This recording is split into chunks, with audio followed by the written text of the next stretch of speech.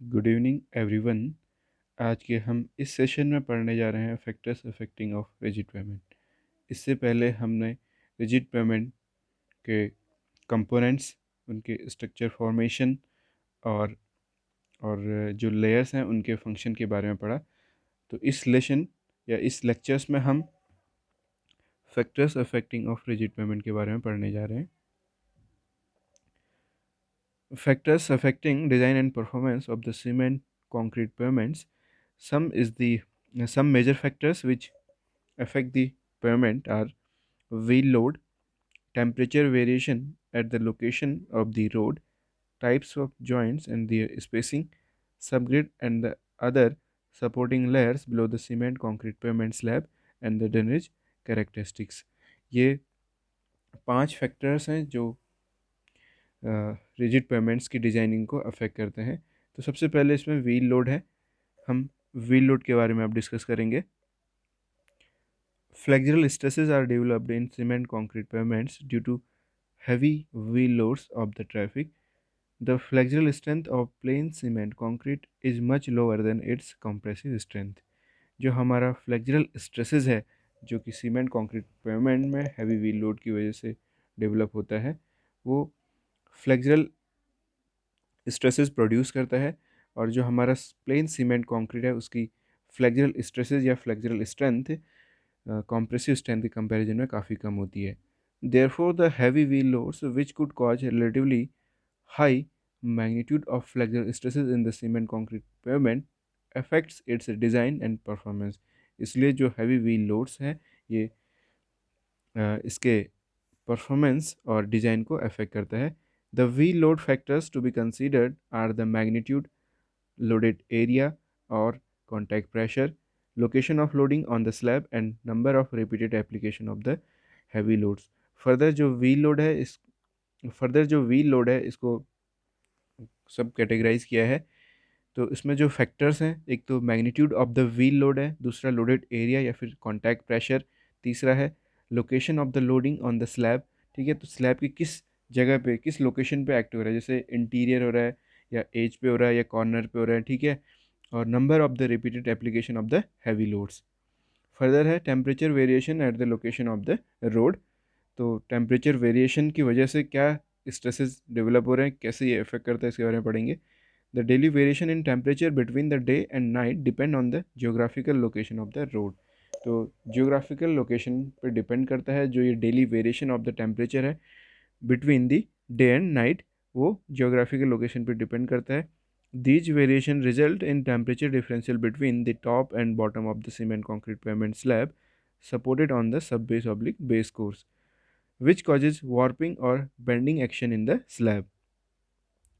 तो जो हमारा टेम्परेचर वेरिएशन है या जो टेम्परेचर डिफरेंशियल है between the top and the bottom of the cement concrete pavement, उसकी वजह से जो है वार्पिंग और क्या होता है, बेंडिंग एक्शन होता है स्लैब में।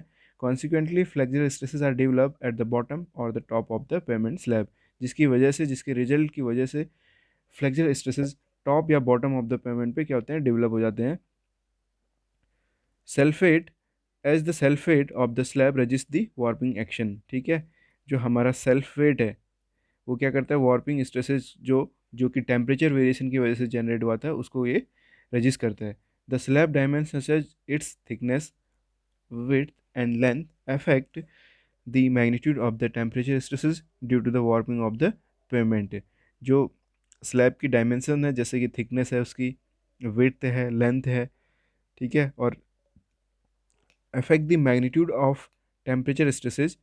टेम्परेचर स्ट्रेसेस जो मैग्नीट्यूड हो रहा है due to the warping of the pavement, ठीक है, उस पर ये डिपेंड करता है। तो इस प्रकार से जो है दो मेन फैक्टर्स हैं जो कि परफॉर्मेंस और अ, उसके डिज़ाइन को अफेक्ट करते हैं। Thus in cement concrete pavements relatively high magnitude of flexural stresses are caused by the two major factors. Thus in cement concrete pavements relatively high magnitude of flexural stresses are caused by two major factors, namely heavy traffic loads and another one is the temperature differential between the top and bottom of the cement concrete pavement slab. तो जो हमारे main जो factors हैं design के लिए, ठीक है, वो एक तो ये है कि हैवी ट्रैफिक लोड्स और दूसरा टेम्परेचर डिफरेंशियल, ठीक है, टेम्परेचर की वजह से जो स्ट्रेसेस जनरेट हो रहे हैं। Therefore these two major factors are primarily considered for the thickness of the cement concrete pavement. तो सीमेंट कंक्रीट पेवमेंट की जब भी हमें थिकनेस डिसाइड करनी है, उसको डिज़ाइन करना है, तो हमें व्हील लोड की वजह से जो स्ट्रेसेस जनरेट हो रहे हैं और टेम्परेचर की वजह से जो स्ट्रेसेस प्रोड्यूस हो रहे हैं, ये हमें कंसिडर करने होते हैं। The other factors which affect the design and performance of rigid pavements are the temperature stresses due to expansion and contraction of the rigid pavement during summer and winter season of the year। ठीक है, temperature की वजह से क्या होता है, एक तो डे और नाइट पे टेम्परेचर के वेरिएशन की वजह से टॉप एंड बॉटम, टॉप और बॉटम, पेमेंट की टॉप और बॉटम पे क्या होता है, डिफरेंशियल स्ट्रेसेस, डिफरेंशियल टेम्परेचर होता है, उसकी वजह से जो है स्ट्रेसेस जनरेट होता है। एक होता है सीजन के हिसाब से, ठीक है। तो temperature stresses due to the expansion and contraction of the rigid pavement during the summer and winter season. Summer में क्या होता है, पेमेंट एक्सपेंड करता है, और विंटर पे क्या होता है, कॉन्ट्रैक्ट करता है। तो उसकी वजह से क्या होता है, स्ट्रेसेस जनरेट होते हैं। ये भी क्या करते हैं, परफॉर्मेंस और डिज़ाइन को अफेक्ट करते हैं। उसके बाद है volumetric changes in the subgrade and the base course due to changes in moisture and temperature. दूसरा है वॉल्यूमेट्रिक चेंजेस हो जाते हैं सबग्रेड और उस बेस कोर्स पे, जिसकी वजह से जो है ये पेमेंट के डिज़ाइन को अफेक्ट करता है। तीसरा है वेरिएशन और loss of subgrade support at some locations due to various causes. और बहुत सारी कारणों की वजह से ऐसा भी हो सकता है कि जो है कुछ जगह पे जो है सपोर्ट, जो सबग्रेड सपोर्ट रिएक्शन है वो क्या हो जाए, कम हो जाए, या फिर उस पर लॉस हो जाए। It is possible to increase the service life of the cement concrete pavements and achieve far better performance by the use of well compacted good subgrade soil, and the second is improved supporting layers of the cement concrete pavement such as subbase and the base course, and third one is the effective highway drainage system। तो अगर हम इन तीनों को अगर properly क्या करते हैं, design करते हैं या प्रॉपरली प्रोवाइड करते हैं, तो हम एक बेटर हाईवे पेमेंट को डिज़ाइन कर सकते हैं। वन बाई वन हर एक चीज़ को हम डिटेल में पढ़ेंगे। Now is the wheel load. The performance of the rigid pavement and its service life depends on the actual magnitude of the heaviest wheel loads of the vehicles and their number of repetitions during the design life. तो cement concrete pavement की जो design life है, पूरे design life में, ठीक है, तो जो मेन चीज़ है जो अफेक्ट करता है वो है आपका हैवीएस्ट व्हीकल का क्या व्हील लोड्स या फिर एक्सेल लोड, और उसका रिपीटेशंस कितनी बार हो रहा है उस पेमेंट के ऊपर, ठीक है, ये सबसे ज़्यादा इफेक्ट करता है। जैसे इस डायग्राम की हेल्प से हम समझ सकते हैं, एक ये पेमेंट है और व्हील लोड की वजह से इसका क्या हो रहा है, इस तरीके से डिफॉर्मेशन हो रहा है। ये कंक्रीट स्लैब के ऊपर व्हील है, इस पर लोड क्या आ रहा है, व्हीकल की वजह से लोड आ रहा है, तो इस तरीके से क्या हो रहा है, डिफॉर्मेशन हो रहा है। फिर है the wheel loads of the highest magnitude cause the flexural stresses in rigid payment. दूसरा है व्हील लोड की वजह से जो है फ्लेक्सुरल स्ट्रेसेस जनरेट हो रहे हैं रिजिड पेमेंट में। The important factors associated with the wheel load are magnitude of load, oblique contact pressure of loaded area, location of the loading on the cement concrete pavement slab, and the repetitions of the load of different magnitude during the design life। फिर है magnitude of load। जो हमारा magnitude है wheel का is directly affect the stresses in the cement concrete payment, ठीक है। जो wheel load की वजह से जो स्ट्रेसेस जनरेट हो रहे हैं वो सीमेंट कंक्रीट पेमेंट को डायरेक्टली अफेक्ट करता है, उसके डिज़ाइन को डायरेक्टली अफेक्ट करता है। Higher the magnitude of the wheel load, इसका मतलब ये है कि अगर हायर मैग्नीट्यूड है व्हील लोड का है तो it will cause the higher stress in pavement, ठीक है, उसकी वजह से हायर स्ट्रेस पेमेंट में जनरेट होगा। The wheel load expressed in terms of the following, ठीक है, व्हील लोड को हम इन टर्म्स पे क्या करते हैं, डिफाइन करते हैं। टोटल लोड जैसे पी जो यहाँ पे केजी में डिफाइन है, कॉन्टैक्ट प्रेशर है, कॉन्टैक्ट एरिया है, ठीक है, जैसे ये व्हील इस पर लगा है तो इसका कॉन्टैक्ट एरिया कैसा है, इसको हम एज ए सर्कुलर एरिया भी कंसीडर करते हैं, ठीक है, ये जो है एज ए सर्कुलर एरिया भी हम क्या करते हैं, कंसीडर करते हैं, ठीक है। सर्कुलर कैसे कॉन्टैक्ट ऐसे कंसीडर करते हैं। Assume that wheel loads acts on circular contact area.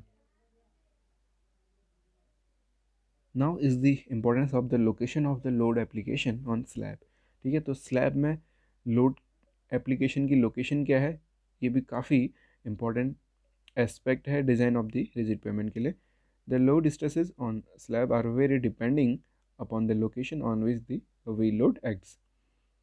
Following three locations are considered in the analysis and design of the cement concrete pavements. तो पूरे पेमेंट को अगर हमें जब डिज़ाइन करना होता है, हमें ये तीन लोकेशंस हैं जिनको हम कंसीडर करते हैं। एक तो है इंटीरियर, ठीक है, दूसरा है कॉर्नर और तीसरा है एज, ठीक है। तो interior load I applied at the location away from the edges of the slab.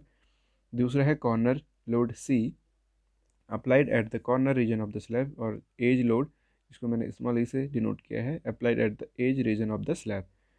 The magnitude of stress due to a given wheel load applied at a corner region is the highest in comparison to the stresses due to the same load applied at the edge of the interior region of the cement concrete pavement. According to the Westergaard's theory, the magnitude of the stress due to the given wheel load, किसी given wheel load की वजह से जो stresses का magnitude है वो corner region पे highest है in comparison to the stresses due to the same wheel load applied at the edges or interior of the cement concrete pavement. तो सीमेंट कंक्रीट पेवमेंट के जो एजेस हैं और जो इंटीरियर रीजन है वहाँ पे जो स्ट्रेसेस हैं वो कॉर्नर पे जो व्हील लोड की वजह से स्ट्रेस जनरेट से कम होंगे.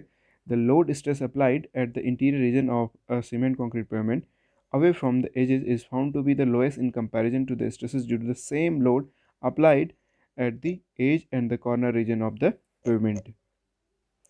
Now repetitions of the loads. ठीक है, तो लोड के रिपीटेशन पे किस तरीके से डिपेंडेबल है design of the rigid payment वो पढ़ेंगे हम इसमें.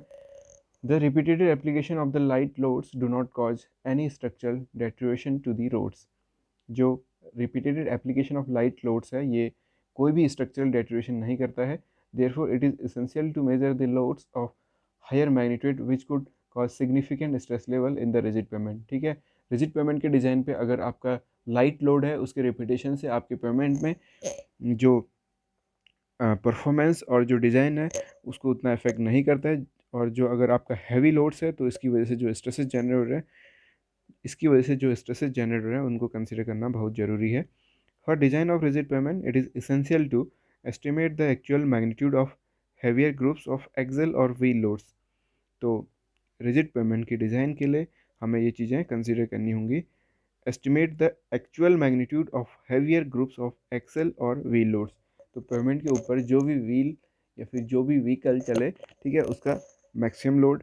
ठीक है, दूसरा है determine the flexural stresses develop due to the these heavy loads. ठीक है, इन हैवी लोड की वजह से कितना फ्लेक्सुरल स्ट्रेसेस जनरेट हो रहा है हमें ये चीज़ कैलकुलेट करना है. ठीक है, कितना स्ट्रेसेस जनरेट हो रहे हैं हैवी लोड की वजह से ये कैलकुलेट करना है. तीसरा है estimate the number of repetitions of each load group to use the road during the design life. और पूरे डिज़ाइन लाइफ के दौरान कितने टाइम से रिपीटेशन हो रहा है इस चीज़ को भी हमें काउंट करना होता है for the better designing of the rigid pavement.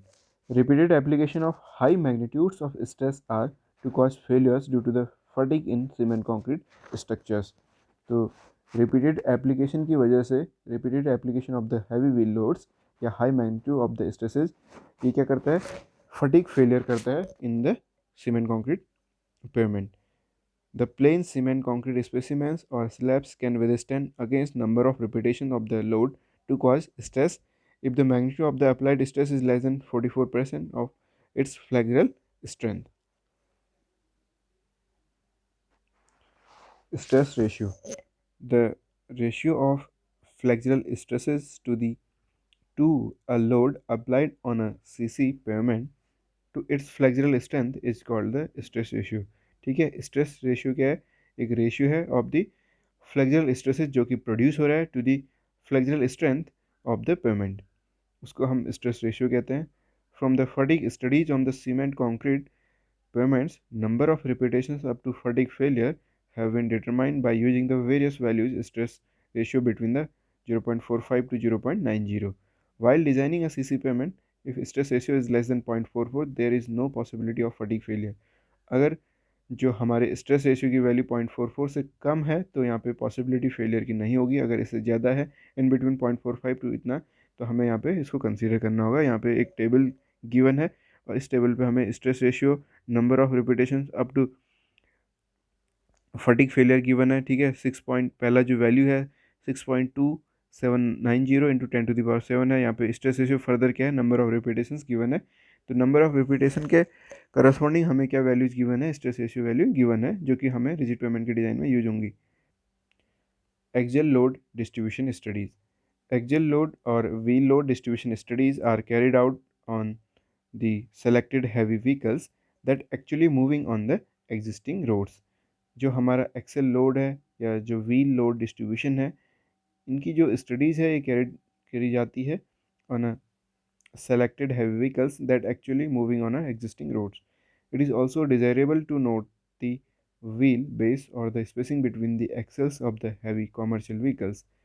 The objectives of the study are to arrive at the design load, ठीक है, और जो दूसरा है to assess the effect of repeated application of stresses due to loads and that are heavier than the selected design load, which cause stress ratio exceeding 0.44 and the number of repetitions of such heavier loads expected during the design life. The main objective of the study are, ठीक है, to arrive at the design load, हम जो है design load पे पहुँचे, और दूसरी बात यह है कि to assess the effect of repeated application of the stresses due to the loads, ठीक है, तो हम इसको एसेस करें कि जो हमारा रिपीटेड एप्लीकेशन ऑफ स्ट्रेसेस है due to the loads that are heavier than the selected design load which cause stress ratios exceeding 0.44 and the number of repetition of the such heavier loads expected during the design life. Further, these data are necessary at the design stage for the fatigue analysis. ये जो data है necessary है for the design stage of the fatigue analysis के लिए.